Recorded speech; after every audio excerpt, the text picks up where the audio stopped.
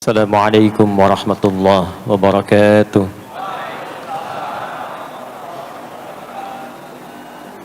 Alhamdulillahilladzi bihamdihi tatimmul barakat wa bifadlihi tatimmus salihat. Assalatu wassalamu ala rasulillahilladzi bisalawatihi tatimmus syafa'at. Wa salawatullahi wa salamuhu tammu alaihi wa ala ahlihi wa alihi wa dhurriyyatihi wa ashabihi wa ummatihi ila yaumil mi'ad. Amma ba'd. Faya ahbaballahi wa ahbab rasulihi sallallahu alaihi wasallam, usi nafsi wa iyyakum bitaqwallahi faqad fazal muttaqun fala tamutunna illa wa antum muslimun. Faqala ta'ala يا أيها الذين آمنوا اتقوا الله حق تقاته ولا تموتن إلا وأنتم مسلمون. Yang kami hormati para asatidzah, para ulama, keluarga besar di pengurus Masjid Raya Pondok Indah, baik di yayasan, di masjid, dan semua yang terlibat dalam kemakmuran masjid ini, semoga senantiasa diberkahi dan diberikan kemuliaan oleh Allah Subhanahu wa taala.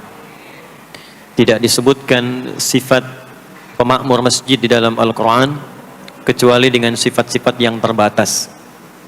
Karena ayatnya pun dibuka dengan adatul hasri, huruf pembatas. Ditemukan di Quran surah ke-9 At-Taubah di ayat yang ke-18. Innama ya'muru masajidallahi. Jika ada ayat Al-Quran dibuka dengan kata innama, adatul hasri, huruf pembatas, maka hukumnya hanya berlaku atau terbatas pada yang disebutkan di ayat saja, tidak keluar dari situ. Saya beri contoh bandingan dulu. Zakat itu dikeluarkan dan disalurkan hanya untuk 8 golongan. Tidak boleh keluar dari 8 golongan itu. Kenapa tidak boleh di luar 8 golongan itu? Karena ayat pengeluaran zakat dibuka dengan kata innama. Quran surah 9 At-Taubah di ayat ke-60. Innamas sadaqatu. Zakat itu hanya boleh dikeluarkan untuk golongan berikut. Jadi di luar golongan itu tidak menerima zakat. Nanti ada skema lain seperti infak, sedekah umum dan sebagainya. Ayat pemakmur masjid dibuka dengan kata innama, memberikan kesan bahwa tidak setiap orang memiliki satu kecenderungan, satu nikmat, satu keinginan untuk berkontribusi memakmurkan masjid di dalam bidang apapun, program atau tahapan apapun. Ada yang bertugas mengelola, ada yang bertugas untuk membangun, ada yang bertugas mensupport kegiatan, ada yang bertugas untuk bisa berkontribusi di aspek-aspek lainnya. Nah, semua itu kata Allah adalah kalangan terbatas. Jadi kalau Allah sudah berikan satu spesialisasi tersendiri dan dinilai oleh Allah sebagai golongan yang spesial, maka manfaatkan status itu sebelum nanti bertukar atau selesai tugasnya dan kembali kepada Allah insyaallah dalam kemuliaan. Man amana billahi wal yaumil akhir. Man amana billahi wal yaumil akhir. Orang-orang yang diberi kesempatan memakmurkan masjid itu, kata Allah, harus menyatukan dulu visinya sebelum membuat program. Jadi sebelum membuat program di masjid, satukan dulu visinya. Visinya untuk mendapatkan ridha Allah. Proyeknya akhirat, untuk membawa bekal pulang saat akan dihisab. Jika semua kepentingannya lillah, semua karena Allah, maka apa yang kemudian Allah tunjukkan? Orang-orang itu akan menjadi istimewa di hadapan Allah, lalu mulai membuat program dari kenikmatan salat yang khusyuk, wa aqamas salat, pengelolaan harta yang bisa bermaslahat atau kepentingan-kepentingan agama dan sosial, wa ataz zakah, walam yakhsha illallah, dan semua fokusnya karena Allah. Fa'asa ulaika ayyakunu minal muhtadin, maka orang-orang yang beraktivitas demikian insyaallah akan digolongkan pada golongan orang-orang yang mendapatkan kemuliaan dan petunjuk dari Allah Subhanahu wa taala. Semoga kita semua termasuk dari bagian ayat yang disebutkan tadi. Bapak Ibu sekalian, tadi banyak disampaikan tentang kemuliaan dan kegiatan waktu subuh. Sampai ada program pejuang subuh. Mudah-mudahan nanti selanjutnya ada pejuang zuhur. Setelah itu pejuang asar. Setelah itu pejuang maghrib. Lalu disempurnakan dengan pejuang isya. Ada apa di waktu subuh? Apa perbandingannya dengan waktu-waktu yang lainnya? Mengapa sebagian nama yang disematkan di dalam ibadah di waktu-waktu itu justru tidak sama dengan nama waktunya, tapi disebutkan dengan nama-nama yang berbeda?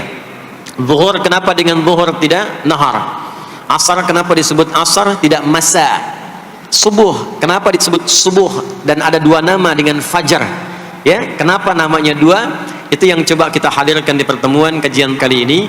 Mudah-mudahan dari pencerahan yang kita dapatkan di kesempatan pagi ini ada bakal terbaik yang kita bawa pulang setelah menunaikan ta'lim ini insyaallah.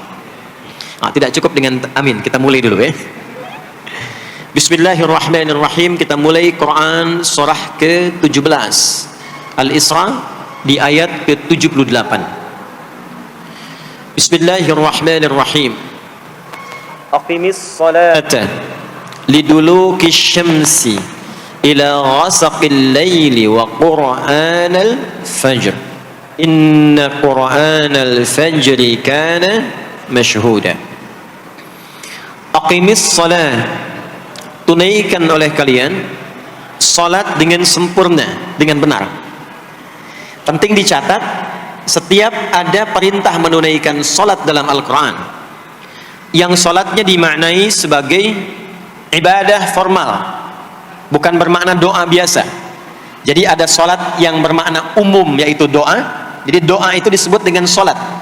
Karena itu dalam fiqih, as-salatu hiya doa. Salat itu secara bahasa disebut dengan doa. Karena isi dari semua salat itu bacaannya semuanya doa. Tapi kalau ada salat yang dimaksudkan ibadah yang kita tunaikan dimulai dengan takbir, berniat kita, ditutup dengan salam, maka salat yang dimaksudkan ini itu seringkali di Quran kalimatnya dibuka dengan derivasi kata aqama yuqimu. Kalimat salat pertama di Quran Al-Baqarah ayat 3.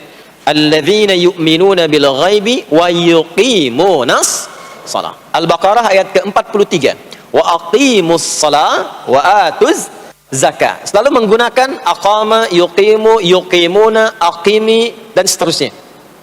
Termasuk di Quran surah ke-17 Al-Isra ayat 78. Aqimis salata, menggunakan kata aqim. Apa itu aqim?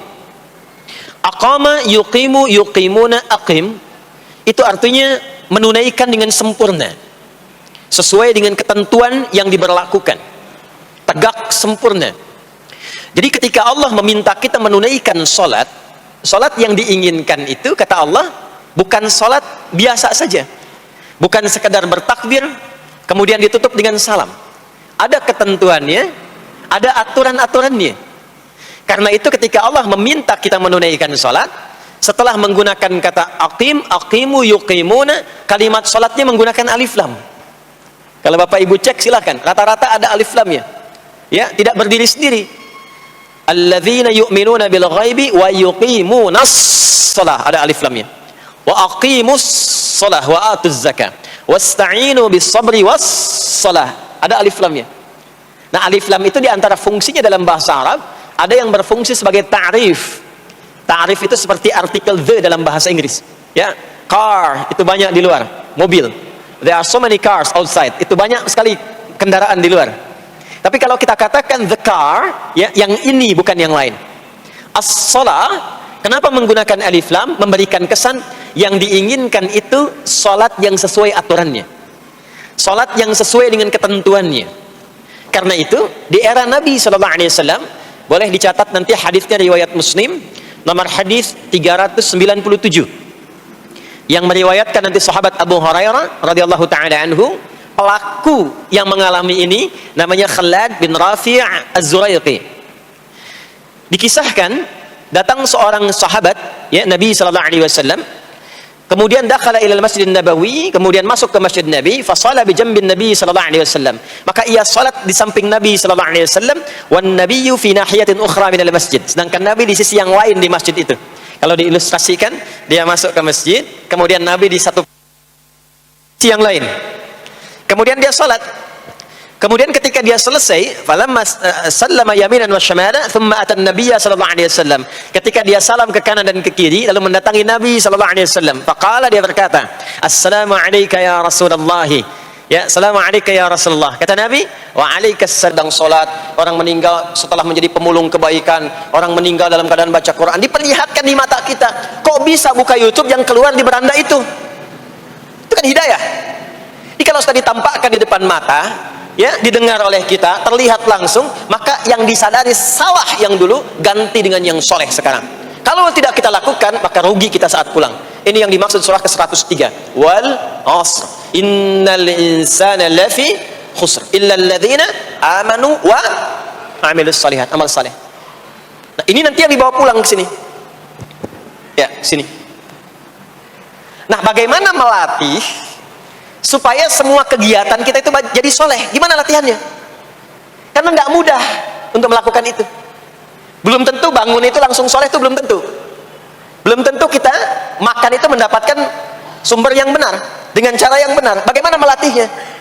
Maka Allah berikan kepada kita waktu-waktu khusus untuk berlatih diri tersambung dengan Allah, yang dengan ketersambungan itu akan menjaga kita di semua keadaan, baik berdiri, jalan, duduk, kerja di kantor, tidur, rebahan. Sekarang banyak kaum rebahaners, ya, tiduran, itu dipastikan kalau tersambung dengan Allah, terkoreksi, semuanya soleh.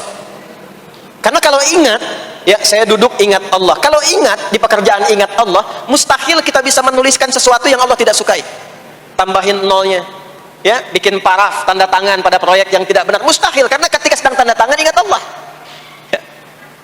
Nah, dalam bahasa Arab, sesuatu yang tersambung dengan kuat sehingga selalu menempel dan sulit terpisahkan, itu bahasa Arabnya disebut dengan silah. Dari wasala yasilu silah. Ibadah yang melatih kita untuk terus tersambung sehingga ingat pada Allah di setiap keadaan, yang dengan ingat itu menjadikan otomatis amal perbuatan kita ingin dipastikan diridhoi dan disukai oleh Allah, sehingga berubah menjadi soleh. Ibadah yang melatih kita untuk mendapatkan itu disebut dengan solat namanya. Solat. Makanya solat disebut solat bukan hanya mengandung unsur doa, tapi latihan yang Allah berikan kepada kita untuk mengoneksikan diri kita sehingga dalam semua kegiatan kita ingat Allah. Itu yang dimaksud di Quran surah keempat An-Nisa di ayat ke-103. Ya. Fa'idha qadaitumus salata, maka jika anda telah tuntas mengerjakan salat, fadhkurullah. Ciri orang yang berhasil salatnya adalah dia mampu mengoneksikan dirinya dengan Allah. Makanya kalau sudah selesai salat, kita sudah ingat Allah. Nah, kalau belum ingat Allah, diminta coba ingat lagi. Selesai salat, jangan buru-buru meninggalkan tempat kita salat. Ingat dulu, sambungkan dulu, sehingga saat keluar dari tempat kita salat sudah ingat Allah. Bahasa Arabnya mengingat Allah itu disebut dengan zikir, zikrullah. Karena itu salat disebut dengan zikir. Buka Quran surah ke-20 Toha ayat ke-14. Saya nggak akan keluar dari Quran hadis sehingga nggak bisa didebat. Nggak bisa didebat. Anda nggak bisa debat karena ini bukan pikiran, karena ini Quran dan hadis. Quran surah ke-20 Toha ayat ke-14. Innani anallahu la ilaha illa ana fa'budni wa aqimis salata lidzikri. Salat disebut dengan zikir. Zikir itu artinya ingat. Makanya tadi saya katakan di awal, salat itu melatih kita supaya ingat Allah. Karena itu ketika kita salam, assalamualaikum warahmatullahi wabarakatuh, assalamualaikum warahmatullahi wabarakatuh, belum ingat kita kepada Allah, maka diminta zikir pasca salat. Setelah salat ada zikir kan? Dan zikir pertamanya apa? Hadis Muslim, astaghfirullah, astaghfirullah, astaghfirullah. Itu yang paling singkat. Kalau mau agak panjang, astaghfirullahalazim alladzi la ilaha illa huwal hayyul qayyum wa atubu ilaihi. Kenapa istighfar? Karena kita memohon ampun kepada Allah kalau dalam sholat tadi belum nyambung sama Allah. Karena ada orang yang saat sholat bukan ingat Allah, dia masih ingat dunia. Padahal dari sejak awal sholat sudah diminta buang urusan dunia ke belakang. Makanya kita bertakbir, itu ada kitabnya. Asrarus salah, nadharat fi ma'anis salah. Ketika anda mulai bertakbir, takbir begini, Allahu Akbar. Kenapa mengangkat tangan gini salah satunya? Di antara maknanya, buang urusan dunia ke belakang, pasrahkan dirimu kepada Allah. Kalau sholatnya ingin khusyuk, jangan bawa urusan dunia ke dalam sholat, buang. Yang menjadikan seseorang kurang khusyuk begitu takbir, dunia masih dibawa. Lisannya berucap Allahu Akbar, tapi pikirannya motor Hu Akbar, mobil Hu Akbar, ya kan? Status tuh belum diupdate Hu Akbar, ya, miss call belum dibalas Hu Akbar. Itu bermasalah, sehingga mudah dikerjai setan. Ada setan namanya khanzab di Sunan Abu Daud. Saat seseorang mulai bertakbir, kata Nabi, fayaqulu syaitanu, di situ setan mulai beraksi. Sebelum takbir kita dibikin fokus. Anda silahkan praktekkan. Kalau mau sholat rasanya fokus, tapi mulai bertakbir Allahu Akbar, setan mulai beraksi, kata Nabi, udhkur kata, ingat ini, ingat itu, hatta la yash'ural musalli kamra'atan yusalli, sampai ada orang sholat yang tidak sadar berapa rakaat sedang menunaikan sholatnya. Subuh berapa rakaat tadi? 2 diucapkan, tapi ketika dipraktekkan ada yang 3 ada yang 1, ya, ada yang begitu, ada tapi di hati saya gitu ya. Nah ini, makanya setelah kita sholat, assalamualaikum, assalamualaikum, itu kita mencoba menyempurnakan dengan apa? Istighfar dulu, kalau tadi ada yang belum tersambung. Setelah itu apa? Kita sambungkan, Allahumma antas salam, subhanallah, alhamdulillah, Allahu Akbar. Makanya dilatih 33 kali. Sekali belum nyambung, 2 kali, 2 kali belum nyambung, 3 kali, 3 kali belum ingat, 4 kali. Masa ya sih sampai 33 kali belum ingat juga? Bapak nama siapa? Joni. Siapa Pak? Joni. Siapa? Joni. Siapa? Apa enggak dengar saya Joni? Itu baru 3 kali. Ini kita 33 kali menyebutkan subhanallah. Masa enggak nyambung juga? Alhamdulillah 33 kali. Masa enggak syukur juga? Dilatih. Kalau sudah terkoneksi, inilah dia. Fadhkurullaha qiyama. Bangun dari sholat, bangkit. Selesai sholat, mau kerja, mau kemanapun, ingat Allah. Jadi enggak ada istilahnya keluar masjid tertukar sendal. Itu enggak ada. Ada di sini yang tertukar sendal? Banyak. Insya Allah tidak ya. Kalau ingat Allah tuh gak mungkin tertukar. Jadi begitu Anda akan menggunakan, yang punya orang lain sadar tuh. Astagfirullah, Allah mengawasi. Bukan punya saya walaupun mirip. Ya, walaupun mirip.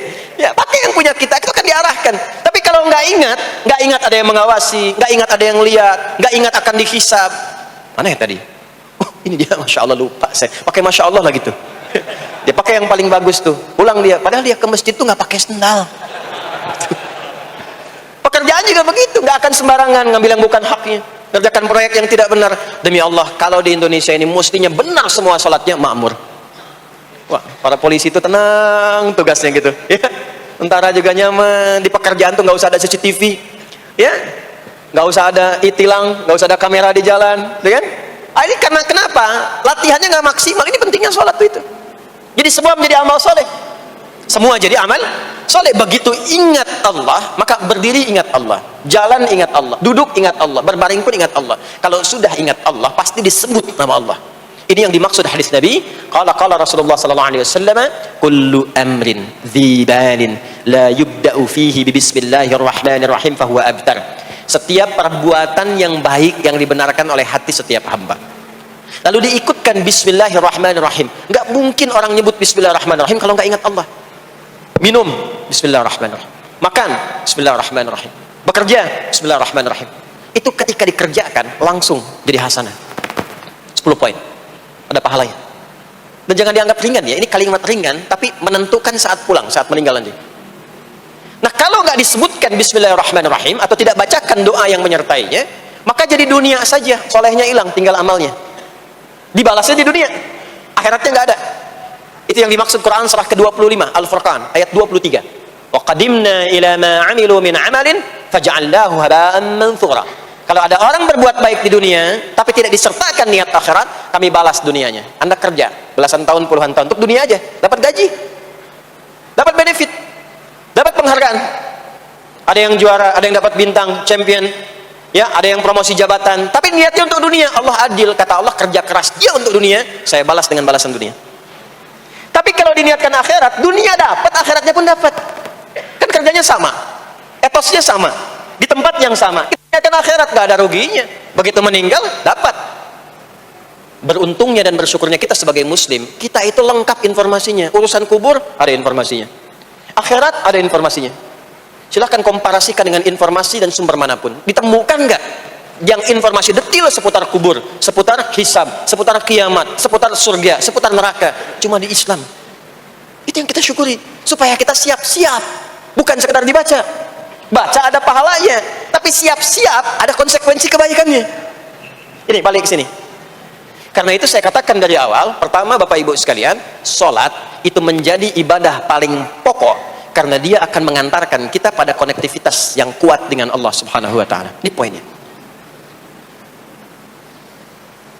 Kalau sudah nyambung dengan Allah, bukan cuma jadi amal soleh.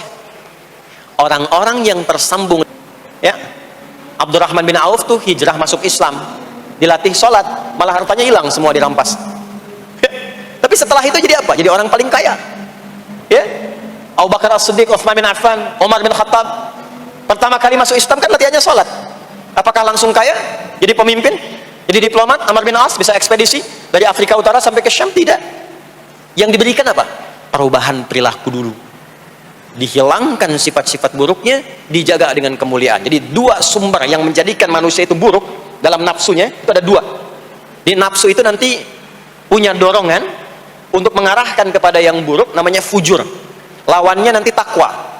Lawannya takwa. Di Quran surah Asy-Syams surah 91 ayat 7 sampai 10, wa nafsi wa ma sawaha fa alhamaha fujuraha wa taqwaha. Nah, fujur itu nanti yang membisikkan, mengarahkan kepada hal-hal yang negatif. Itu yang ditunggangi oleh setan. Setan memberikan waswas itu ke nafsu, ke fujurnya. Alladzi yuwaswisu fi sudur. Di dalam sudur ada qalbu, di dalam qalbu ada nafas, di dalam nafas ada fujur. Fujur itu yang digoda. Maka keluarlah kemudian dua hal. Yang pertama ada yang disebut dengan fahsya. Fahsya itu dorongan dari syahwat untuk berbuat yang menyimpang. Pornografi, porno aksi, LGBT, kata-kata jorok itu fahsya. Nanti temannya adalah mungkar. Mungkar itu keburukan yang diingkari, ditolak oleh hati, sumbernya nafsu perut dan akal.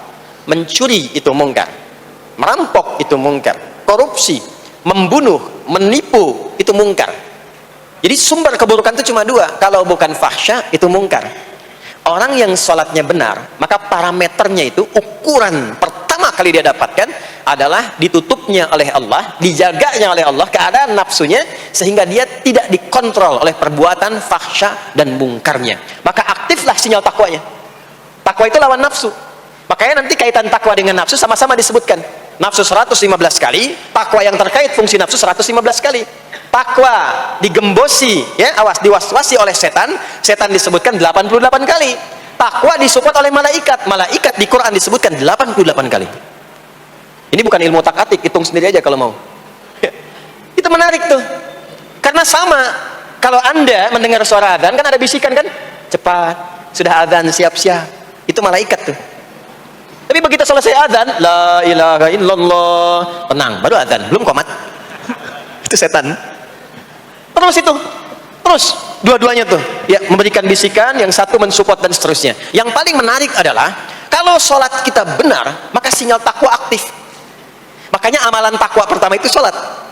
Setelah beriman, amalan takwa pertama sholat. Al-Baqarah ayat 2 dan 3. Dzalikal kitabu la raiba fi hudal lil muttaqin. Siapa muttaqin, orang takwa di situ? Ayat 3-nya, alladzina yu'minuna bil ghaibi wa yuqimunas sholat.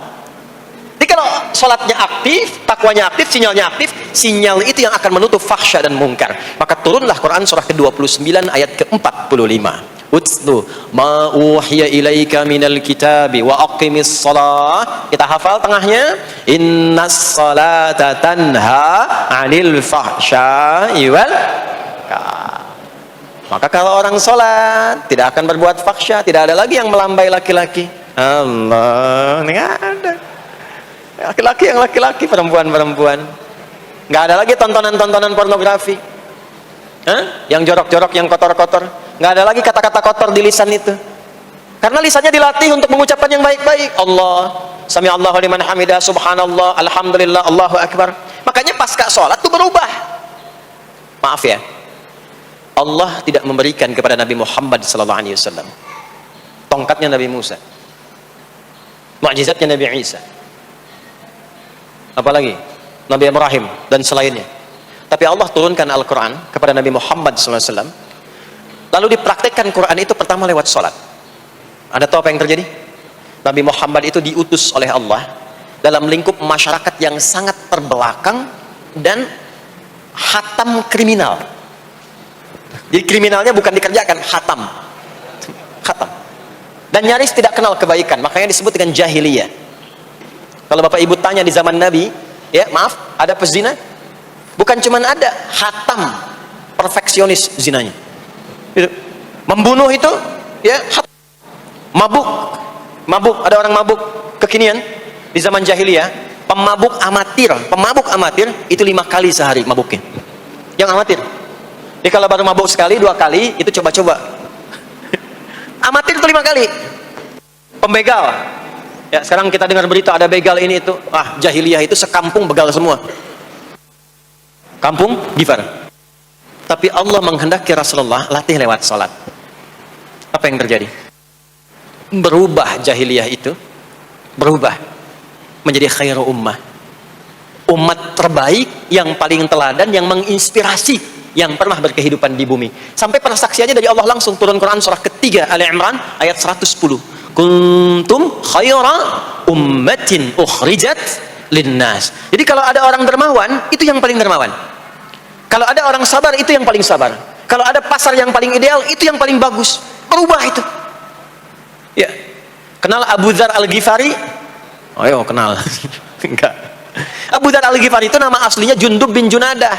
Di antara pemimpin begal di zamannya. Dari kota Ghifar. Ghifar itu kampung begal asalnya. Ya, alhamdulillah.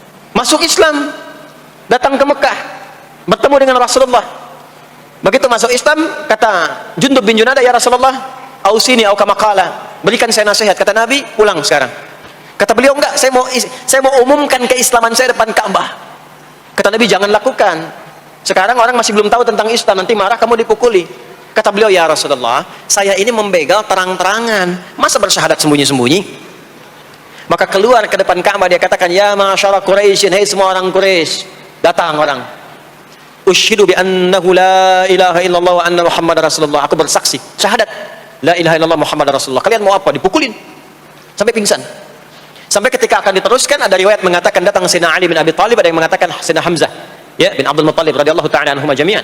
Datang menyampaikan, jangan teruskan. Kalau ini meninggal, ini wafat, kita akan celaka karena kafilah kita akan lewat desa Ghifar. Kalau lewat Ghifar, gak akan berhasil niaga kita, katanya. Ya, karena akan dihabisi semua ini orang Ghifar. Maka dibiarkan pergi, pulang. Tahu apa yang terjadi? Begitu Nabi hijrah ke Madinah, dikagetkan dengan suara kaki yang berdecak kencang, bang, bung, bang, bung, bang, bung. Ternyata ada berita gembira, sekampung begal Ghifar itu masuk Islam semuanya, berubah jadi baik. Untuk menginspirasi generasi kemudian, maka dipopulerkanlah oleh beliau kunyahnya dengan nama daerahnya. Sayalah Abu Dzar Al-Ghifari. Al-Ghifari itu maksudnya apa? Dulu saya ini berasal dari Ghifar, kampung saya kampung begal. Cuma karena saya masuk Islam, diajarin sholat, diajarin baik, sekampung baik semua. Ya. Makanya orang-orang Arab setelah itu, bahkan non-Arab, kalau datang memperkenalkan daerahnya. Imam Al-Bukhari, itu nama aslinya bukan Al-Bukhari. Nama aslinya Muhammad. Punya bapak namanya Ismail, punya kakek namanya Ibrahim, kakek buyutnya Al-Bughirah, yang buyutnya Al-Bardizbah. Tinggal di kecamatan Ju'fah, Kabupaten Bukhara, Provinsi Khorasan, sekarang negaranya Uzbekistan. Karena berasal dari Bukhara, datanglah beliau kemudian ke Arab, sekarang ke Jazirah, ke Mekah, ke Madinah, memperkenalkan, saya bukan orang Arab, saya dari Bukhara. Rumusnya tambah alif lam di depannya, ujungnya tutup dengan i. Al-Bukhari, saya dari Bukhara. Diperkenalkan, maksudnya apa? Islam sudah masuk ke tempat saya, orang-orangnya sudah baik, orang-orangnya sudah khusyuk. Itu memperkenalkan. Orang tua kita, Syekh Yasin dari Padang, maka diperkenalkan Syekh Yasin Al-Padangi. Syekh Ahmad Khatib dari Minangkabau, Syekh Ahmad Khatib Al-Minangkabawi. Syekh Abdul Somad dari Palembang, Syekh Abdul Somad Al-Palembangi. Syekh Nawawi dari Banten, Syekh Nawawi Al-Bantani. Ya, nanti ada Pak Ghafur dari Pondok Indah, ya, Masjid Raya Pondok Indah. Datang ke Mekah umrah haji, ana Ghafur Al-Masjid Raya Al-Pondok Indahi. Gitu. Itulah salat.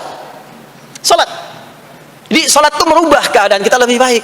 Itulah sebabnya kenapa 5 waktu. Karena Allah inginkan di setiap waktu kita jadi orang baik. Di setiap waktu kita bahagia. Setiap waktu selesai persoalan. Datang masalah subuh, ya, antara subuh ke zuhur kan ada masalah tuh. Gak mungkin ada orang dari subuh ke zuhur gak punya masalah tuh, gak mungkin. Tuh wajahnya udah kelihatan tuh. Ya, makanya kita datang, ya, menghadap kepada Allah, minta diselesaikan, minta diberikan taufik, sujud kita. Diberikanlah solusi. Zuhur ke asar ada masalah, datang saat asar. Asar ke maghrib punya masalah, datang. Makanya semua ulama dulu seperti itu. Al-Bukhari itu menuliskan kitab sahihnya itu 16 tahun. Setiap satu hadis akan ditulis, sholat dulu. Begitu tenang, nyaman, baru tuliskan. 16 tahun. Itulah sholat.